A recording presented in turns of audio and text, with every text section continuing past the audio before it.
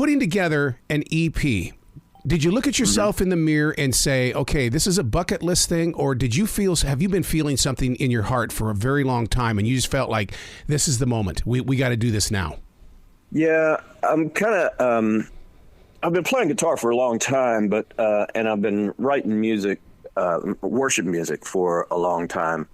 And I recorded some of it a while back and just let, close family and everything hear it. Didn't really, put it out there or anything, but just recently I've been starting writing more songwriter type, music, and, getting up there in age.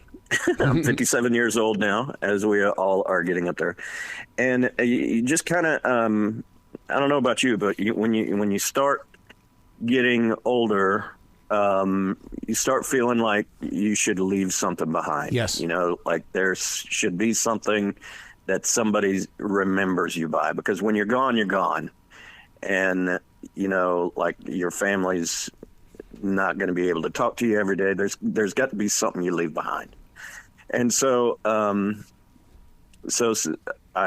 just decided it's time to actually, put these songs that I've had in my head that have just been over the last couple of years. I started writing, more of the songwriter music, and I just felt like I needed to put it down and leave it behind. So it's kind of the reason why. And I've got so much more that I'm planning on doing too. So I just want, 50 years down the road, my grandkids to be able to have something. Hey, that's Grandpa singing that song. Well, the coolest thing about recording your own music, because I've had the opportunity to step in the studio as well, is that while it's happening, the experience is something that you take note of. But what I think one of the transitions that I didn't understand is that when I go back and listen to it 7 to 10 years later, it's like, wow, because you're in a different mindset, a different lifestyle, and so are you prepared for that? I don't know. I have gone back and listened to stuff that I've probably about 20 years ago. I did put some of my, like I said, I put some of my worship music down and listened to it, and I'm like, wow. That should be better. Yeah. And, now, I've hopefully improved, and I'm like, man, that sounds horrible. I don't know why I recorded that, but, it's kind of a weird feeling. Yeah. Yeah.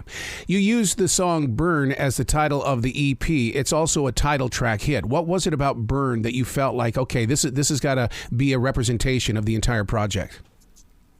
Burn was kind of one of the first songs that I really felt was good enough to actually put out there. Mm-hmm. It's kind of a heart-wrenching story, and the way I came about it was really weird. And the way I come about all of my songs really is the guitar comes first. I play around with a lot of chord progressions and picking patterns and everything, and if something sticks in my head, I'm like, oh, okay, well, that's good. And then I start playing that over and over again, and then it's just whatever pops into my head for the first line. And that song, I was watching a commercial for solar panels, and it reminded me of a time when I was driving down the road and saw a solar farm. And I'm thinking, that's kind of a weird term, solar farm, you're farming sun. And then I'm playing this picking pattern. I just learned how to Travis pick, and I'm playing this picking pattern. I'm like, the only thing we farm no more is sun.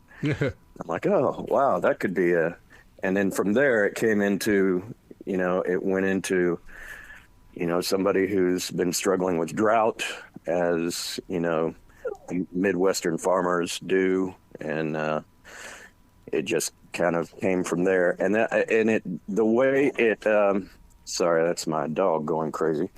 The way it came about, the way it evolved made me feel like, oh, that's really good. At least I think it is anyway. So I thought that kind of embodies my songwriting process. So and the word burn just kind of felt good to make that the title track. Yeah. How many people have sat down with you and said that the style, the emotion that you're sharing in each and every one of these songs, it has a Johnny Cashism about it, that Johnny knew how to share a story. And when I'm listening to Blood Red Wine, I'm going, oh my God. And so I have to ask, was Johnny an influence on your life? Oh, huge influence. Johnny Cash is probably my favorite artist of all time. Wow. And you know, I've got a deeper voice, and so when I do some Johnny Cash tunes, you know, I tend to do them. I feel pretty good about them because I've got that kind of Johnny Cash drawl when I sing them. Mm-hmm. And so and the fact that his songs are telling stories. You know, he's a master storyteller. A lot of them, you know, he's just talking through the songs. You know, so that's why he influenced me so much. And it's a funny story of how it's a very personal thing, how Johnny Cash is to me, because when I was young, my father, who incidentally looks a lot like Johnny Cash. Wow. He looked a lot like Johnny Cash. He passed away about 30 years ago, but he looked a lot like Johnny Cash and was a huge Johnny Cash fan.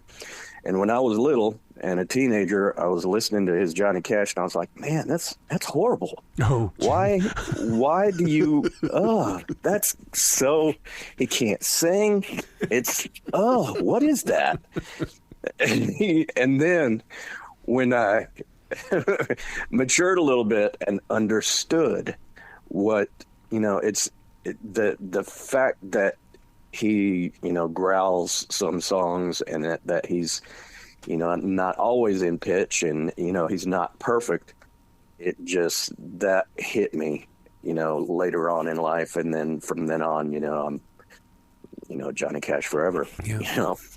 How did Noah Black become a part of your life? Noah is actually my son-in-law. Oh, cool. Okay. Noah is the worship leader at my church, Propel Church. I helped launch that church about 7.5 years ago, and Noah came on a couple of years into the church and was playing drums. And my daughter, who was younger at the time, she wasn't, you know, she was like 16 or so, met him. They became really good friends. And then after she turned to 18, they started dating, and they got married almost 2 years ago now. And Noah was, before, you know, he was my son-in-law, he was my very good friend. He was the drummer on the worship team with me. He's just very close. He ministered to me. He's an excellent man of God. And he's extremely talented. He plays a lot of instruments. He produces like crazy. I mean, his production skills are so good. And he started Creative Corner Company, which is his production company. And he brought me into the studio, and he, you know, held my hand through the whole process. Yeah. And, you know, and the fact that he's like 23 years old and he's holding my hand through the whole process, you know, he's extremely mature for his age. And he really was open to trying different things, but still staying true to the story, which meant a lot to me.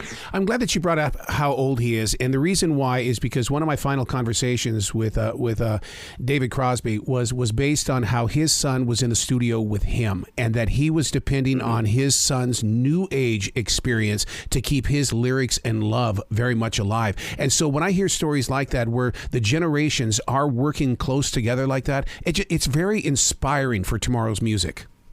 Right, it is, absolutely. You know, when we're sitting in the studio and I'm, you know, playing my guitar and singing, and then he, you know, it's in the computer and everything. And, you know, me and we used to work together in radio, so, you know, we knew what digital editing is all about. But nowadays, it's another level, and he takes it into the computer, and I'm like, wow, you could do that. Yeah. That just brings out so much more of the story, just through the sound. And so, yeah, that younger generation, and it's, like the back of his hand. I mean, he just whips right through it and everything, like I used to do back in the day. But it's very encouraging, and he produces his own music too. He's got a lot of songs out. Noah Black, look him up on Spotify. Yeah. So now, speaking of looking back at those days, how much did playing and spinning music in a club in the 1990s play a big part in your performance today? Because, I mean, somewhere along the line, you had to make that transition to go from, okay, I'll play their music, but I think my music needs to be heard as well. Yeah. It's the fact that I was in front of people for a long time. It helps tremendously that I had that experience of, being on the radio. I was DJing for a while, and did commercial production, and did the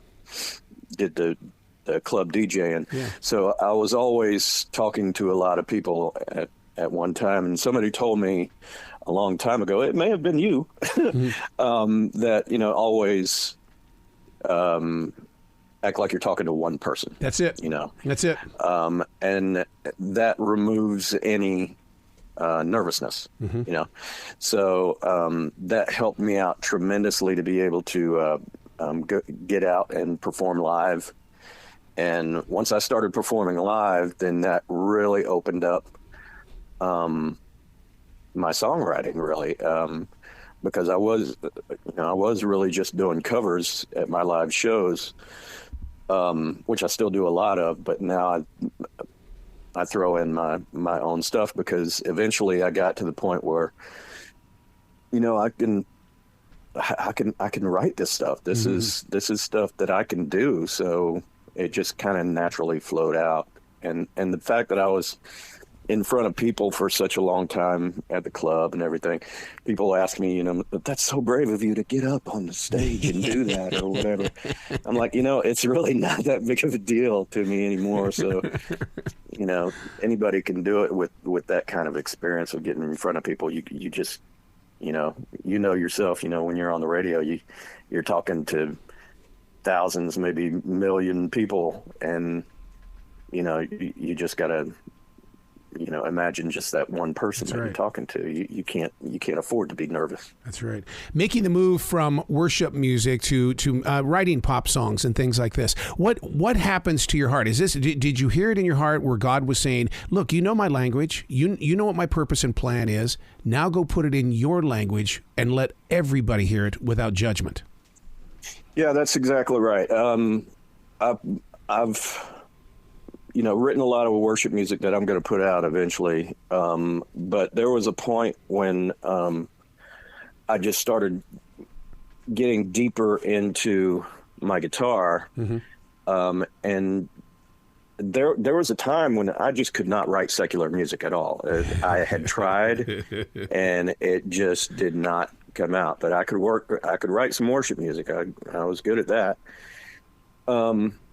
But then just one day, I finally realized that, God gave me this gift, not to hide it away, so I should really use it to get myself out there. And eventually, my long-term plan is, and I still do this, everything that we do is ministering for God, where, it's our job to get his word out there. So, even though I'm at a club where people are drinking and maybe cussing or whatever, I'll throw in Johnny Cash's "The Man Comes Around." And if you listen to the words to that song, you better get your life together. And, people will ask me about my bracelets, which, have Bible verses on them, and I'll give them a card to my church, so you can use what talent you have, just even if it's secular, to spread his word. And I realized that after a while, and because the worship music that I was writing was going to be good, and everything, but that wasn't really going to get his word out. To actually get his word out, I need to, you need to go down into the valley with people and meet them on their own level, and that is what will introduce them to God. So that's kind of my long-term goal. Wouldn't you say the photographs that are part of your promotion are like that, in the way that when you pull that lens back, you're actually saying to those that see those pictures, hey, look, this is just part of the universe. Come join me for a walk. Let's talk a little bit. Right. Yeah, Noah took those pictures too. That's another thing that he's great at. It's just, I didn't want to look at the camera or anything, because I didn't want anything to be about me. I wanted to be about the songs. So yeah, those pictures are kind of like I might be the guitar player, but listen to the music. It's not about my face. Where can people find out more about you, more about this collection of music? The EP is called Burn, but more importantly, to find out where you can go to, where your church, and number two, where you're going to play live. They need to know more about you. Yeah, I've got a lot of live gigs coming up on February 1st. I'm at Tiffany's at the Boardroom in Albemarle. I'm the featured artist night. Play a lot in the Brew Room in Locust, the Buzz Viking in Locust. Got a couple of dates coming up this month there. Play in Salisbury a lot. Playing at New Sarum next month, March 4th, I believe. Yeah, I play on the worship team at Propel Church in Mount Pleasant. Pastor Nick Newman is our lead pastor. And I'm on Spotify, iTunes, Apple Music. Just I've got a very unique name, so you're not gonna have trouble finding me of which one it is. It's Rick Scaffe, Scaffe. And just look for Rick Scaffe Burn. I'm on YouTube. Check out my YouTube channel. So it's not hard to find me with that last name. I'm starting to play some dates in Charlotte as well. So I'll be around, and look me up on Facebook too. Well, we've got to keep this conversation growing then. This can't be just a one-time conversation. Absolutely, man. Excellent. And you come back to this show anytime. The door is always going to be open for you, Mr. Rick. Thank you, Arrow. I appreciate it, brother. You bet. You be brilliant today, okay, sir? I will try.